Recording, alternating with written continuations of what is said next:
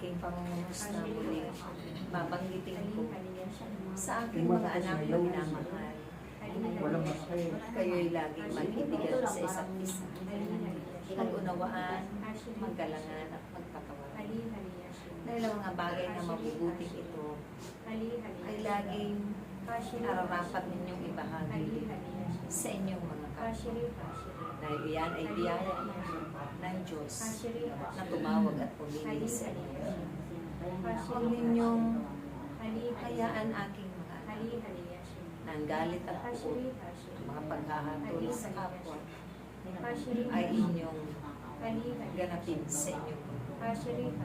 Dahil walang ibang may karapatan hahatol sa inyong mga kapwa-tao at sa inyo ay ang Diyos lamang na makapangyarihan sa inyo. Ako si Maria.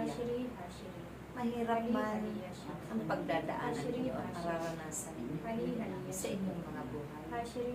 Ang tiisin na inyo ay inyong pasalamatan pa. Dahil kayo'y may buhay pa, may mga hininga pa. May pagkakataon pa na makapaglingkod sa Diyos at lubusang makilala siya. May pagkakataon pa na magpupuli sa Kanya. Dahil nariyan ang inyong mga kalakasan. May pagkakataon pa na maibahagi ninyo ang lahat ng kabutihan sa inyong mga kapwa-tao.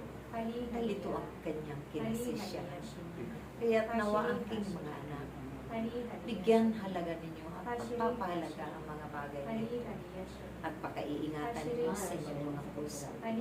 Dahil yan ay templo ng Diyos, nananahan ng Espiritu Santo, na siyang kapangyarihan at gabay ninyo sa araw-araw ninyong mga buhay.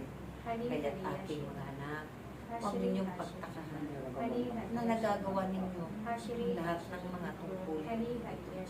Dahil yan ang pamamaraan ng Diyos upang kayo ay maging masigasig sa inyong paglilingkod sa Kanya, higit sa Diyos. Isang inspirasyon ito sa inyong mga buhay.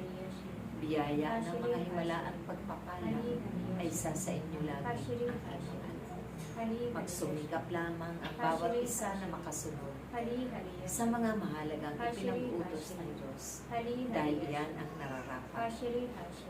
Sa panimula pa lamang ang mundong ito sa pamamagitan ng kanyang salita na buhay kayo at nabigyan buhay.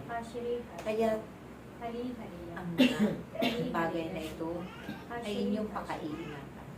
Kayong lahat ay pinagkatiwalaan ng kapangyarihan ng Diyos at binayaan ito. Kaya gamitin niyo ito sa kabutihan.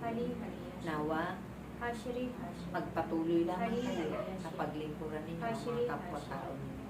Higit ang Diyos na makapangyarihan sa lahat. At huwag kayong magtatangi ng paglilingkuran.